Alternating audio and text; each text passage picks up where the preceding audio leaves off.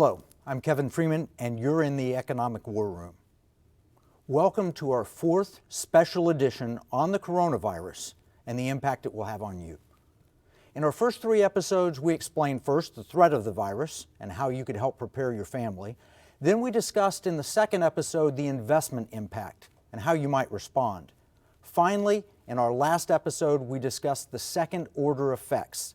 These are threats to your financial, political, and personal well-being. But this is our most important episode in this series. In fact, it may be the most important episode we've ever aired. Today we're discussing why we must open our economy now and how we can do it. The stakes have never been greater. If we stay closed, we risk more than our civil liberties. We risk our economy, our very existence as a nation, and the whole idea of Western civilization.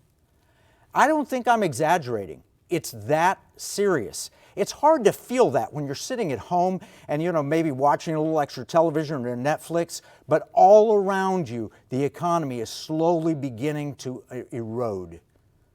If our economy doesn't open soon, we could see the end of the American experiment in liberty. Countless people are already out of work, and countless more will be out of work. Businesses will fail. There will be social unrest. There is unsustainable debt on the horizon, and there are foreign threats. These are nation-ending things, or at least they would end life as we've known it. 80 years ago, in 1940, the world faced a different kind of threat, but the consequences were similar. Adolf Hitler was rolling through Europe. He was conquering with alarming speed. Czechoslovakia, Austria, Poland, Denmark, Norway, Belgium, the Netherlands, and finally France fell like dominoes. Britain was next, and the entire British expeditionary force was trapped on the beaches of Dunkirk.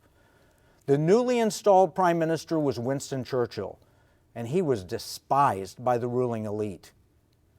The elite, the deep state of that day, wanted a negotiated peace, which was tantamount to surrender. If the British had fallen, the world might still be in darkness today. The Nazi way was a plague on humanity. Amazingly, King George VI, who was Queen Elizabeth's father, by the way, he did two remarkable things. First, he called for an empire-wide day of prayer. Then he counseled Churchill to ignore the elites and take his case directly to the people. They made a movie about this, Darkest Hour. Gary Oldman, he won an Academy Award for Best Actor, about those days when Churchill first became Prime Minister. And there's a special scene in there. It's one of my favorite. It's the subway scene. He goes down into the subway and Churchill is talking to the ordinary people, something he's never done really in his life. And he sits down and he says, "What if I told you we could get good terms from Herr Hitler? Maybe we should negotiate a peace, and maybe he would give us a little bit of autonomy." And the people were adamant. "Never, never, never," they said, even at the risk of death. And then Churchill quoted a poem from Thomas Babington Macaulay. "Then outspoke brave Horatius, the captain of the gate, to every man upon this earth death cometh soon or late.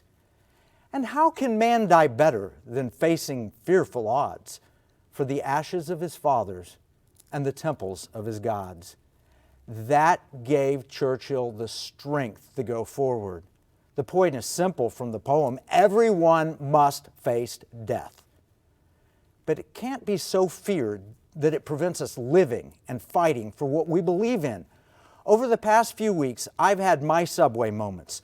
I've been on Skype and phones with people, dozens of people across the country, wealthy people, not so wealthy people, people in power, people out of power, retired people, young people, old people, and I've found some amazing stories. There's fear, no doubt. The Chinese coronavirus is an awful thing. Some have lost loved ones without being able to even say goodbye. Others have seen their businesses destroyed or their investment portfolios crater. Still others have missed important events, locked away without friends or extended family. Everyone has felt some pain of loss, one way or another. But the one almost universal sentiment is that we must go back to work and get on with our lives. Patrick Henry was quoted saying, "Give me liberty or give me death." Unfortunately, the elites today are saying, "Take my liberty, just don't let me die." That's what they want for you. They want you to give up your liberties. Those are the elites. They are not the good people of America. What I've learned in dozens of conversations, yes, we're having health and economic struggles. Yes, seniors understand their own mortality, but they're saying things to me like, "I'd rather risk the virus than lose my retirement savings and die poor." Or, "Don't sacrifice the liberty of my children and my grandchildren." They say, what good would it be to stay alive if we're broke and we lose our country? The people want to get back to work. But the progressive elites, they have different plans. You've probably noticed, you can look around and see the big government nanny state mandates being employed across the country. Well, you can't have a drive-in church service, although you can go to a drive-in movie. And you can have abortions, but you can't use your free speech right to protest them. The reality of it is, there are many of the elites who would prefer that we surrender to the virus and that we overlook China's responsibility for causing this pandemic. They don't want to open the economy, at least not anytime soon. Rather, they view its closure as an opportunity for advancing their agenda. And they despise our president. They want him to fail, sort of like they despised Churchill 80 years ago.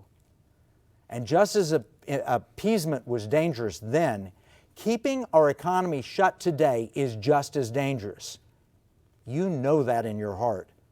While you're locked away in your homes, the Chinese Communist Party is fully in advance. I'm going to quote Josh Rogan from the Washington Post, and this is just a few days ago. He said, "Beijing is preparing to use this crisis to advance China's economic strategy against us. We better start taking notice." He also said, "Now several Chinese government agencies and officials are talking publicly about how China can take advantage of being the first country to start recovering from the novel coronavirus to take over the industries of the future. They have a post-virus strategy and it's already underway," said Nate Pickersick, co-founder of Horizon Advisory. Horizon issued a new report drawn from official Chinese government and media sources that spells out how Beijing is planning to use the downturn in Western economies to its benefit. China intends to seek out more foreign direct investment, seize market share in critical industries, and try to stop the West from confronting its bad behavior. Bottom line, China wants our industries, your business, and your job. And they're using this pandemic that they started to take them. As we speak, they're bribing officials around the world to shift the blame. They're using all those techniques to rob America blind that we told you about on this show for the past 2 years, and I've written about in my books and blogs for over a decade. This is blatant economic warfare, and it happens at a time when we're told for our economy has to stand down. Think of that. We're in an economic war and they're telling us to stand down our economy. It's brilliant and it's dangerous for us. But we have to act. We must open the economy. The only question is how. Because we want to get right into the how, I'm going to cover and I'm going to skip over some of the really important points that you need to get, and I'm going to cover those in our economic battle plan. You can get a free copy of our economic battle plan by going to economicwarroom.com. And if you're not yet a subscriber to Blaze, you can get our biggest discount ever for a limited time. Right now they're offering $30 off a 12-month pass. If you use the code word ECON, you'll get Glenn Beck, Mark Levin, Steven Crowder, and all the Blaze hosts, plus Economic War Room and the best discount we've ever offered. So here are the 7 points that you're going to read in the battle plan that you need to know. Point number 1, the scientific models that got us all locked up have been way, way off. No, there are not going to be 2 million deaths. This is serious, but the models massively overstated the problem. Yes, people have died and will die, but we have not seen the impact that was first predicted. Right before we came on air, I saw a research that said that the average death rate in March was higher for the past 4 years than the death rate we've had this March. Think about that. The models were completely wrong, massively overstated. Second point, we also know that the spread is much greater than we previously thought. That's good news. The spread is much greater, meaning China didn't tell us about this virus for a long time. It's spread in the community, and as a result, there are a lot of people who may have had this illness and said, wow, why did I have 102-degree fever in December or January, and it wasn't the flu? What was it? Maybe it was the spread of the novel coronavirus. That's good news because it means that we're closer to herd immunity than we've imagined. You'll get links to both those points. The third point, the economic problems, on the other hand, they have been massively understated, and they continue to be understated. You can't shut down an entire economy for months without risking mass bankruptcy, failures, depressions, and poverty. We're on the cusp of losing some of the most important things that we've built over decades, and we'll never get back. Point number 4, we're making great progress towards treatments, potential cures, and ways to provide immunity. We are making great progress. When we come out this the other side, they may even have a cure for the common cold. I mean, that's how much we're advancing medicine at a very rapid pace. Point number 5, the progressive left is using this to take over our political system and to create a massive big government. They will increase the risks of election fraud and reduce your civil liberties if we leave them unchecked. So look at those in the battle plan. Point number 6, these same people are trying to blame President Trump for everything, even though he's done a pretty decent job so far. The attacks on him are really from the same political motivation as those who pushed the Russian collusion narrative that gave us the Mueller report and the doctored impeachment effort.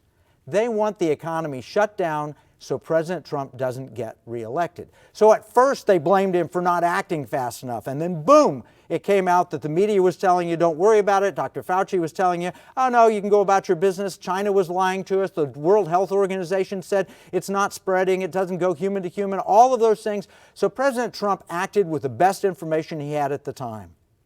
And now, you know what? The next thing they're going to start blaming him for is shutting down the economy because of all the devastation. Let me tell you point number 7. Who's really at fault here? China. China is absolutely at fault, and they're planning to use this against us. So go to the battle plan and look at those 7 points, and I added a couple more in the battle plan. And you'll get that in a day or two at economicwarroom.com.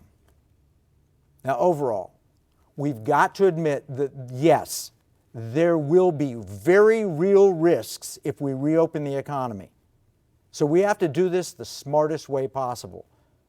But we really do not have a choice. If we want to keep the America that we've fought for and grown in and many died for over the last 200 years, we're going to have to open that economy. So let's walk through the 7 steps we must take to get our lives back.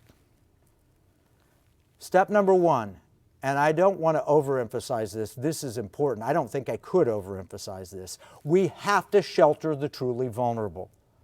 Let's look at some of the statistics. 80 to 85% of the cases of coronavirus are mild or without symptom at all. 80 to 85% don't really have a problem with it. But it hits the elderly and those with severe underlying conditions very hard. I want to show you a chart that shows this from our world in data with the death rates by age in various countries around the world. As you can see in the chart, really, depending on South Korea, Spain, China, Italy, it doesn't matter. The death rates go up dramatically when you are looking at different ages and watching the age go up. Let's see if I can get this.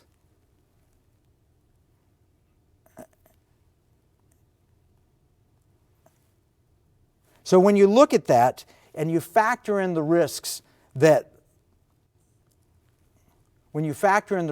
of under 60, most of those people can safely re-enter the economy. And we need to find a convenient, effective, and safe way to allow them to do that. For those who are 60 or over, we really need to protect them. The risks rise. So we have to shelter our seniors, support them. And one of the best ways to support them really is to get the economy going. Because they're looking at their pension and they've seen it collapse and they're wondering, will I have enough money to continue to live? We also need to shelter those who have hypertension, diabetes, asthma, and heart disease. So here's some of the data from last week in New York patients according to the Hospitalist. If you have hypertension, your death rate is much higher with coronavirus or diabetes or coronary artery disease or renal disease or dementia or COPD or cancer or heart failure. So bottom line, if you know someone who has any of these conditions, find a way to protect them. Don't put them at risk. Anyone with those conditions actually needs special care to keep them from getting sick. Until we have solid testing in place and a better handle on the disease, they will need to be protected. But that should not require quarantining the entire population. So for a portion of Americans, the lockdown must continue until we have a vaccine or a better understanding of the disease. But the rest of us should use masks, maintain social distance, demonstrate good hygiene, hand sanitizer, do all of the things that we know will dramatically reduce the risk of sharing the disease. One more point, and this is an important one. There appears to be a much higher incidence of the disease and complications with minorities. The data on this is pretty new, so I'm not at all certain that we've drawn all the right conclusions, but there appear to be two reasonable explanations. First, minorities tend to have higher incidence of other medical complications and thus carry greater risk factors. And second, minorities have been hit harder with the shutdown. They tend to have poor economics. So they're losing jobs and businesses more quickly, and thus they're more likely to be taking jobs in retail and food delivery just to make ends meet. Since they're already forced to put themselves at risk, wouldn't it be better for them to have the economy open so they could go back to their normal jobs as quickly as possible? That will actually save minorities by opening the economy. And yes, part of this approach will require that we continue the progress towards treatment and cures. We will want those industries who are helping with personal protection equipment to continue doing so. We want a strong effort to protect those who are on the front lines, including our medical heroes. Now, that's step number one, protect those that are most vulnerable. Step number two, open the economy using a data-driven approach. We all know the flaws of the models to date, but we've been working with our friend Benjamin Newsma at Navigo to demonstrate how we can actually access good data and not just flawed computer models. Good data from what's happened in the past, not just predictions about what might happen in the future. Why shouldn't we look at every community uniquely? Not every community is the same. Why are we locking down everybody when we know we could be locking down just the hot spots? And Benjamin also shows how opening the economy selectively will not only preserve our nation, but actually save lives in the long run. We can have fewer deaths if we open the economy sensibly than we will if we keep the economy shut down. So, I've been on the phone and working by Skype with Benjamin now for over a month. Let's take a look at an interview I did with him just earlier that talks about how we can open our economy selectively and save lives. Benjamin, we've been working on this for really since the crisis started. You have got one of the most sophisticated data analysis tools I've seen. We've looked at all of them across the country. Can you tell us, what does your data analysis model do? So our data analysis model uses historical data about the characteristics from a health perspective, from a personal perspective in each of these different counties, and then it correlates that to your risk of and from coronavirus. You're looking at it on a state-by-state basis. You're looking at the hotspot areas like New York and maybe Florida and a couple of others, but you're also looking at the lower risk areas. Tell us about that. Yeah, so we're actually going beyond a state-by-state basis. We're going down to a county-level basis. And the important thing about that is that there are a lot of counties that are currently closed, which have statistically very low risk of coronavirus. And yet we closed the entire state. And So so, let's talk about that. If we're going for a reopening of the economy, can you tell me where we reopen first and how oh, to do it? absolutely. Yeah, absolutely. And where to reopen second and where to reopen third. So, And what's the difference between reopening now versus 30 days from now? Does your analysis tell you that? yeah, absolutely. The areas that are statistically very low risk, we need to open today. Okay. And Can you show us any of that in your tool? yeah, absolutely. Okay, so let's go ahead and select Texas. All right, so in this area here, you can see the different counties in Texas, and let's look at the percentage share by different types of counties. So this is your low risk counties. Low risk counties account for 70% of counties. Medium risk account for 20%, and then your high risk are approximately 10%. Okay. And so what this shows is that where the dollars are being lost is predominantly in low and medium risk counties, and yet. So we can see that there's been, billions of dollars, tens of billions of dollars lost in the low risk counties. So it doesn't make sense to keep the low risk counties closed. No. Why would you? It's hurting the economy. Now, what was that chart? You showed me a curve. You scrolled through it. What's the curve show? Okay, so the curve shows where we're now, and it shows then if we delay by another month, which a lot of governors are tempted to do, it shows the kind of economic destruction that they can expect because of their delay. And the other thing that's fascinating about this is that, it makes it very clear that what we're dealing with is lives versus lives, because you have unintended consequences like suicides that come out of this. Well, yeah, let's talk about that. But first off, we need to flatten that economic curve. I mean, that's devastating. That red curve, if we wait 30 days, it's horrifying. And realizing the fact that where this is coming from and where the bulk of this is coming from is for people who are really at no risk, right? So why would we take these large swaths of the population, the majority of these different counties that are low risk, and then why would we be doing this kind of thing to them? It's just we're benching our low risk workers, and in a lot of cases sending our high risk workers into the field. That's not good. But you said we're discriminating against our areas that have low population density because we're treating them just like our high population density areas. You said it's a question of life versus life. Can you explain that? Yeah, absolutely. So we have people who are losing their lives to suicide and who are losing their livelihoods at unprecedented levels. I mean, this has never been done before in our country. And this is affecting children, this is affecting parents, this is affecting singles. And it's fascinating when you look at the impacts of this type of stressful event on people.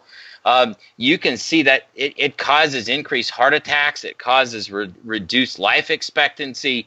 I mean, the implications are, unfathomable. They're huge. Now, let's talk about this. What are the odds of you getting, right now, odds of you having COVID-19? So having a confirmed case it's less than 1 in 500. Wow. And what are the odds today of dying from this? It's less than 1 in 13,000. And what are the economic impacts? So the odds of having lost your job already are 1 in 10. Wow. And we're about to hit, if we keep this up for another month, we're going to hit 1 in 5. And poverty is a source of health risks and death. It is. It's one of the things we track against because poverty is something, you have limited access to health care. You can't afford the best doctors. It's even hard to know where to go in certain circumstances. But is it, all the models we've seen are failed. And you showed me a graph earlier of how bad the models were. Can you pull that up and show that? So here is, this is a graph just showing how incredibly badly the other modelers have failed with what they've done. So this was the IHME April 1st model projections, and then they kept, they kept revising it down, and even for their latest revision down, you can see that here's this little tiny green line. So those are projected hospital beds used? Yes. Yeah. These are projected hospital beds used. Huge difference. Oh, it's insane. Yeah, it's absolutely insane. I mean, this is almost 15,000. And down here, this looks like this is maybe 800 or 900. Wow. The models have been really wrong, and we've made bad decisions based on bad models. So tell us what's different about your data analysis tool. So our data analysis tool is based on historic data. So when you're dealing with history, you already know what happened. And so basically all we're doing is we're just projecting the loss rate that we're currently at, right? Okay. So we're destroying the economy at an incredibly high level right now. And so we've taken and we've built a model here that looks at a whole bunch of different industries, and then it looks at the economic impact in each of these different subsectors of the NAICS codes. That's the National Industry Association classification code. And these NAICS codes then, each of them map to a different sector of the economy. And so you simply take and you feed in the loss, and then what it shows you is where that loss spreads out, and then we can show that down to a county level. You're doing math with historical data, and it's showing facts. It's not showing projections. Exactly. Yeah, it's showing this is what happens in this case, in this case. It's not some artificial model. All right, so we talk about the small ships. We talk about how our viewers can make a difference. This is one of those areas. Tell us about how they can support you in getting the economy open more rapidly, evaluating their individual states and so forth. Yeah, absolutely.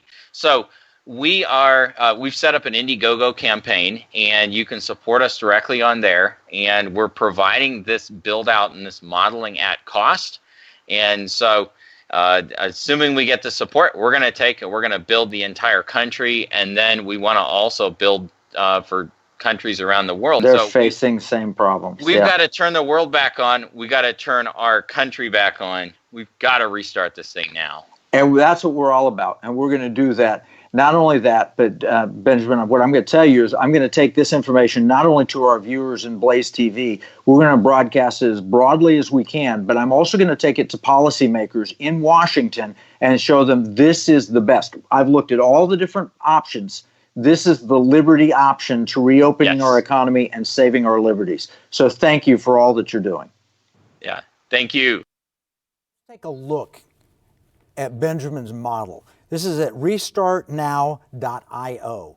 And I pulled up Texas because that's near and dear to my heart. But it's also because Texas is maybe the 11th largest economy on a standalone basis in the world. I mean, it's comparable to major European nations, larger than most. So let's look at Texas and look. Do you see the curve there, the red curve? That red curve represents what would happen if we end the shutdown 30 days from now. Just wait another month. It's no big deal. Do you see the devastation, the loss? And the gray bar, the one beneath it, is the flatter curve. And that's what happens if we end the shutdown today. Now, what I'm going to do is you look at Texas right there, and keep in mind, a lot of these parts of Texas, they're very rural, but they have important industries that matter to all of us. And so Benjamin's looked at all of the dollars lost, jobs lost, increased suicides, and the COVID deaths. And then he says, what would happen if we end the shutdown now or end the shutdown today? I'm going to click this green button. What would happen if we turned on the economy right now? Watch it. Look at the potential loss averted versus waiting just 30 more days. $39 billion saved, 764,000 jobs saved, and 208 lives saved. That's fewer suicides.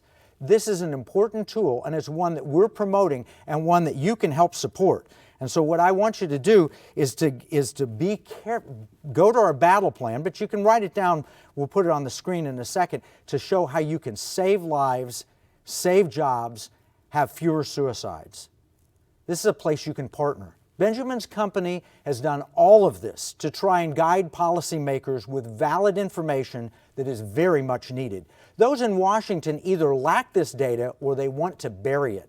And that's been a problem. I've watched as policymakers that are not on our side, not on your side, have tried to stop Benjamin from getting this information out. But you can make a difference. You can be one of the small ships that makes a difference, just like Operation Dynamo and the Miracle of Dunkirk. There's an Indiegogo campaign. You'll see it on the screen, the website that you go to. Go to that and help him fund this effort. I plan to talk in the next few days with people from the White House to say, look, take a look at this. It's a way, smart, sensible way, minimize the risks and open our economy. You can help. Go to that Indiegogo page and see if you can pledge some support. Put a few dollars in it. Tell them to open your state. Tell them to open your economy. Now, I know it's going to be very expensive overall. Not your donation. That'll be a small amount will do it, just a little bit of money. But step number 3, that is that we will need massive government support at all levels for much longer than a free enterprise person like myself would be comfortable. It's going to be very expensive, but I want to tell you, it will be much less expensive if we start today. Do you realize our economy, on average, is about $5.5 trillion a quarter? And we've already lost at least half a quarter, if not more, to this virus. And it's going to take a little bit of time to ramp back up. The longer we keep the economy closed, the more it's going to cost you and me. And there's a risk, if we don't open it soon, of a likely depression. Right now, the U.S. federal government has a reported debt of $24 trillion. Go ahead. You might as well expect it. It's going to hit $30 trillion sooner than we'd like. And it's going to bring one of two things. We're either going to have a depression or we're going to have an inflation if we don't address it now. And you got to be prepared for it. Now, I want everything to be done the free enterprise way. So I prefer that we cut taxes rather than give handouts wherever we can. A payroll tax holiday makes eminent sense. That would encourage people to hire, and it would encourage people to work because they get to keep more of their money. We also have to continue reducing regulations. The Trump team has done a good job with this so far in his administration, but we've seen during the coronavirus, amazingly, governments can say, hey, we don't have to have that regulation. We're going to waive it. And they've waived a lot of regulations to make life a little more bearable and a little more convenient. Guess what? They need to waive a lot more to get our economy going. We don't need an overarching government controlling everything. And we definitely don't need to nationalize industries. There may be a case or two, I hope not, I pray not, but we should not be nationalizing industries. We need to make America one great opportunity zone. So step number 3 is get prepared for massive government support at all levels, but make certain that it's done the liberty way and not done where they own your life, but instead they just give a stopgap fill to help get through. Step number 4, and this is a very important one, we've got to have plans to clear out the system. There's going to be massive amounts of bankruptcies. They're already beginning to file. We're seeing it in the oil patch and we're seeing it in other locations. They're beginning to file bankruptcies, but we need a special bankruptcy provision. And I'm not an expert in bankruptcy law, but I can tell you, generally, when you have a bankruptcy, somebody's at fault. Somebody's done something wrong. They borrowed too much. They overinvested. They didn't plan out enough capital. They didn't realize that the business model doesn't work quite well. But this is different. It's very unique and it's very different because it's not the business owner's fault in many cases. This is caused by a mandated government shutdown. Just imagine if you owned a small retail business in a community and the mayor said you can't do business for 2 months. Hey, you didn't cause the virus. You were properly social distancing. You're doing everything you possibly can do to protect your customers, and still you got shut down and you can't meet payroll, you lay people off, you can't pay rent, and you're out of business. That's a tragedy. We need to have a bankruptcy law that allows asset transfers cleanly doesn't wipe out the previous owners, doesn't necessarily wipe out all the bondholders or the debt, the people who've loaned money. We need to have a way that we can absorb some of this as a public cost, and we can develop favorable loan terms. I don't know exactly how to do that, but I know there are experts that can do it, and I'll bring them to you, and we'll take them to Washington, because we can't just let people punish for something that's not their fault. Which leads me to step number 5. However possible, we need to make China pay for this. You ever hear the phrase, you break it, you buy it? Let's be honest about who broke it. China broke it. And how do we make them pay? Well, I don't know. Maybe we can slap reparations onto it. We can look into that. Or we can bring industries and supply lines home. We can use some of the government funds, if necessary, to support domestic producers.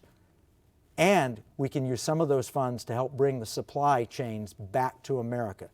You know, Japan is doing this. Japan is using part of their stimulus restart package to help their industries get out of China and come back to Japan. That's something we should do in America. That's a way we can make them pay for it. And you have your part. You can buy American. Don't forget like we did after 9/11. We just forgot and oh yeah, that happened, didn't it?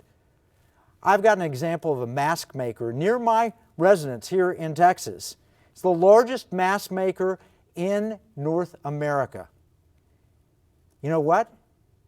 He wants to run his business 24/7. He wants to produce masks that help us get going and get in the economy again. But his problem is every time there's been a crisis, every single one, the orders from hospitals go through the roof. He ramps up production, hires a bunch of people, and then as soon as the crisis passes, they said, let's buy them cheaper in China, and they've canceled future orders, and they've left him in a lurch with all the extra employees and all the extra production run. We can't let that ever happen again. China is responsible. They need to pay for it. We need to buy American.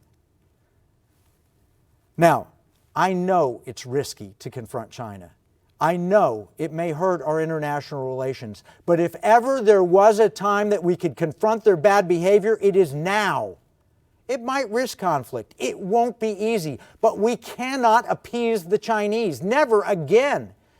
If we do this on the other side, this will weaken the Chinese Communist Party, who has an awful grip on some wonderful people. The Chinese people are tremendous. They're innovative. They're entrepreneurs. They're brilliant people. There are a lot of Chinese Americans that are brilliant, wonderful people, and we should love on them and appreciate them. We shouldn't blame them, but the Communist Party, they deserve the blame. Guess what? If we take the right actions now, if we address the economic warfare now, in 5 years, we will save enough in intellectual property theft that does not take place and increase productivity here that we will more than offset the $6 trillion investment that we will have to make now to get our economy going. Which leads me to step number 6. We also need to revamp healthcare, and we'll get another huge financial savings. Now it's the perfect time. Did you know telemedicine works? Isn't that cool? You can get on your computer and you can talk to a doctor. They can diagnose and look at and prescribe. You don't even go into the doctor's office, and that's happening all across the country right now. Let's refine that. Let's prepare it for normal times, normalize it, and start using it. It will save an enormous burden in healthcare costs. There are a few other things we can do by revamping healthcare. We can allow insurance plans to cross state lines. You know, there are things like if you're a doctor in other states, did you know that in some states they say it doesn't matter, we'll let you practice medicine during this crisis, and so they've allowed healthcare professionals in other states to help? Well, if that's the case, why can't we have insurance plans that cross state lines? That would allow greater competition. We need less red tape. We're having it right now. And guess what? It's working. The hospital stays are a lot lower than they were expecting, partly due to telemedicine and more competition and more individual choice and retail medicine. Did you know this? You can drive in some areas to a Walmart or a Walgreens or a Target. In their parking lot, you can get a COVID test. You can actually have a test in a parking lot of a retail establishment, which is kind of amazing because the retailers see that and say, hey, There's an opportunity for us to serve the American people and get a little more money. Great. Competition works. We need that. And we need price transparency. We've talked about all of these things in episodes in the Economic War Room. We had Foster Freeze in here with a price transparency plan. It's brilliant. We've talked about health savings accounts. We've talked about research and development efficiencies. And we've also talked about returning the pharmaceutical supply chain from China back to the United States. We call that episode China RX. It was episode number 6, one of the very first ones we did. It was with Rosemary Gibson, who told you if we ever get in a crisis, China controls our medicine and we may run into shortages or they may threaten to withhold medicine. Both of those have come to pass in this crisis, and as a viewer of Economic War Room, you knew it 2 years ago. So we need to revamp our healthcare system. We need to make the free enterprise choice every single time. Let's not lose the things that we have learned in this crisis.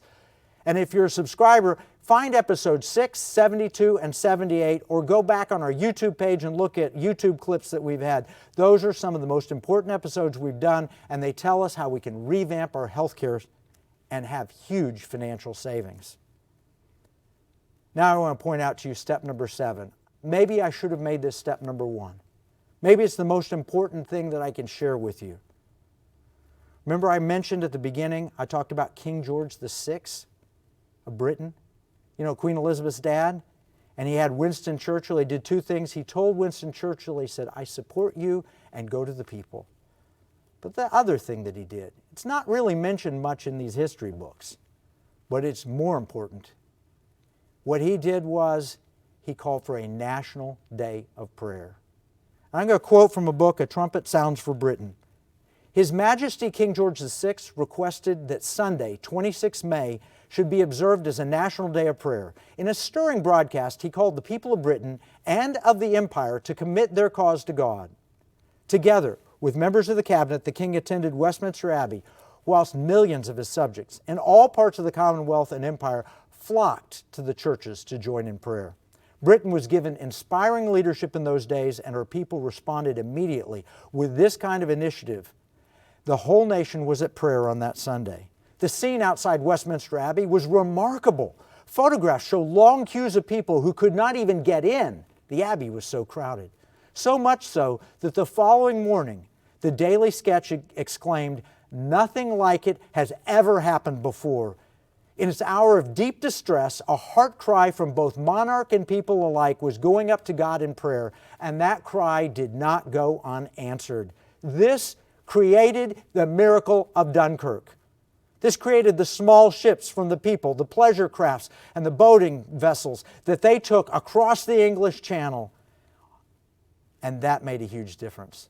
Then on National Day of Thanksgiving was proclaimed on June 9th, 1940, to thank God for the miracle that had taken place. Now on March 14th of this year, President Trump declared a National Day of Prayer, which was a big deal. And if you're like me, you were on your knees that day. That was a day to cry out to God. We couldn't crowd outside churches. We were told not to do that, but we did pray. And we asked God to help us in this pandemic. We need to keep praying.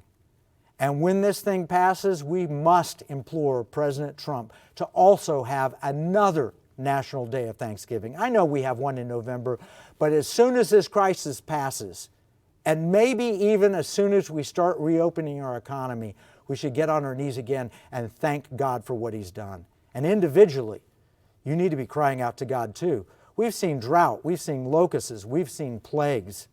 Let me quote from 2 Chronicles chapter 7, verse 13 and 14. God said to Solomon, He said, "When I shut up heaven and there is no rain," that's drought, "or command the locusts to devour the land." Have you seen what's happening in Africa? "Or send pestilence among my people." That's COVID-19. "If my people, who are called by my name, will humble themselves and pray and seek my face and turn from their wicked ways, then I will hear from heaven. I will forgive their sin and I will heal their land." I believe that's true. I believe it with all my heart, and I implore you to join me in that prayer. Now, As we talk about this, you're probably watching the Dow Jones Industrial Average. One day it's down massively, another day it's up massively. It changes day to day, but you're wondering, what is going to happen to my investments? What should I do? How do I invest in a time like this? I don't have any easy answers. It all depends on the path that we take. If we take the path I've described, our economy can come roaring back over time. It'll require a lot of government spending, and it actually may produce some inflation that we'll have to deal with. Now, I wrote a book. This is the book. It's called Game Plan. It was written in 2014, and the subtitle on it is How to Protect Yourself from the Coming Cyber Economic Attack. I wish that it said on the cover, How to Protect Yourself from the Coming Bioeconomic Attack, but the truth in here still applies. We need a game plan because we don't know if the market's going to respond to a depression and how it will respond. Well, actually, I can tell you, if we go down the path and keep the economy closed, we're going to recession, to depression, and I'll lose lots of businesses and the stock market is going to get crushed. But if we start to reopen the economy and we do it right and sensibly, and we start to grow again, even with that massive government spending, it's going to put us at risk from a big debt, and we'll have to address that. But it's also potentially going to create some inflation, and inflation in risk assets like the stock market. You need a game plan because you don't know which direction the economy is going to go. So if you can, get a copy of this book. You can get a copy by going to secretweapon.org. That's the website for my books. Now I want to tell you something else. Most people need professional advice. You may be that rare person that knows exactly what to do and how to deal with all this, but just in case you're not, you probably need some professional advice. And let me recommend to you, get with your advisor and send us your advisor's name. We're going to invite them to training at the National Security Investment Consultant Institute. And that training is going to be held at Liberty University as soon as we can get it up and operating, and we'll do it online initially. We're going to train advisors for dealing with crises just like this one, so that they know and they keep on top of what's China doing, what's Russia doing, what's happening with politicians, and so forth, because never again will the market be driven exclusively by fundamentals. Geopolitical events will determine the investment future of your portfolio. And so you need an advisor who's had training and one who's willing to take up a game plan, because we don't know which direction things are going. Get a game plan, get an advisor. Now, in conclusion, this is not going to be easy, but we have no real choice. We have to take risks, but we should do it the most sensible way possible. That's a data-driven approach. We must protect the vulnerable. But we also have to take the liberty approach to preserve the freedom of America, your freedom for your lives, for your children, for your grandchildren. It's going to be expensive, maybe $6 trillion of public money before we're through. But it's going to be a lot more expensive if we don't act now. And every other road I've looked at leads only to tyranny. So we've got to start right now. And you make a difference. You can be one of the small ships like Dunkirk that saved the 350,000 or so members of the British Expeditionary Force working with the Royal Navy and took them home. That's the miracle of Dunkirk. How do you do it? Well, start by going to the Indiegogo website that we put on the screen and supporting Benjamin Newsma, Reopening the Economy Now. It doesn't take much, $20, $50, $100. That's a way for you to cast a vote and for you to say, open my economy. When he gets that funding in for Navigogo, I will take that information to the White House and I will say, look, he's got thousands, tens of thousands, hundreds of thousands. Share this as broadly as you can. It's a way for you to put a $5, $10, $100 and say, open my economy now. And he's going to take that money and all he's going to do with it is map out every state to show the benefits of opening now versus waiting, the specific counties that can be opened now and the specific counties that should not be opened now. It's data-driven. It will make a difference. It will give President Trump really solid evidence with which he can suggest the opening of our economy. It'll drive governors and it will drive mayors all to make the right and wise decision. This is a challenge. It's become a crisis, but it's also an opportunity to rebuild America. It's an opportunity for you to reset your family and your finances. Economicwarroom.com is where you can download this special episode battle plan. We'll give you a summary, action steps, links to articles, and you can also subscribe to Blaze TV for $30 off, the best deal of the year, using the code ECON. Start at economicwarroom.com. If you're watching on Facebook, YouTube, or XOTV, I want you to like this episode. Do that. Do it as a favor. Like the episode and comment below. And if you've got ideas for reopening the economy, tell us them. Put it in the comments section so we can get our economy started right away. And help us get the word out. Share this video and our battle plan with everyone you can. Help us get more people on our list for updates and battle plans at economicwarroom.com. Our battle plan will be out in a day or two.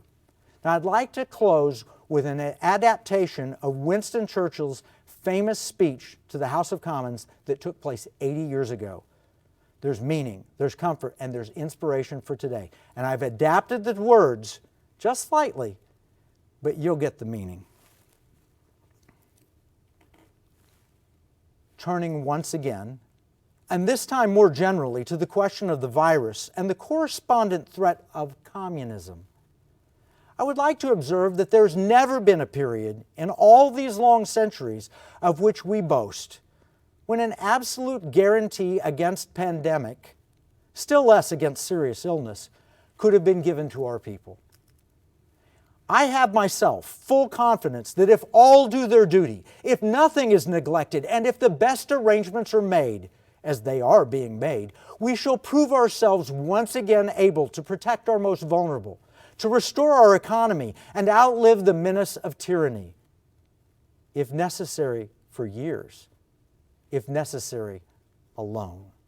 At any rate, that is what we're going to try to do. That is the resolve of this republic. That is the will of the people and the nation. Good people, regardless of background, linked together in their cause and in their need, will defend their future, aiding each other like good comrades to the utmost of their strength. Even though many have fallen, or may fall, to this silent menace of disease, or the scourge of economic warfare, we shall not flag or fail. We shall go on to the end. We shall fight in the hospitals. We shall fight in the marketplace. We shall fight with growing confidence and growing strength in the economy. We shall defend our liberty, whatever the cost may be. We shall fight on the beaches. We shall fight in the landing grounds. We shall fight in the fields and in the streets. We shall fight in the hills. We shall never surrender. And even if, which I do not for a moment believe, this nation, or a large part of it, were subjugated and starving, then our great entrepreneurs and scientists, armed and guarded by free enterprise, liberty, and prayer, would carry on the struggle until, in God's good time, the Almighty One, with all His power and might, steps forth to the rescue and the answer of the prayers of His people. I want you to stay tuned to the Economic War Room. I want you to pray for health, for wisdom, and blessing. And remember, what we see as a marketplace, our enemies view as a battle space. This is Kevin Freeman from the Economic War Room.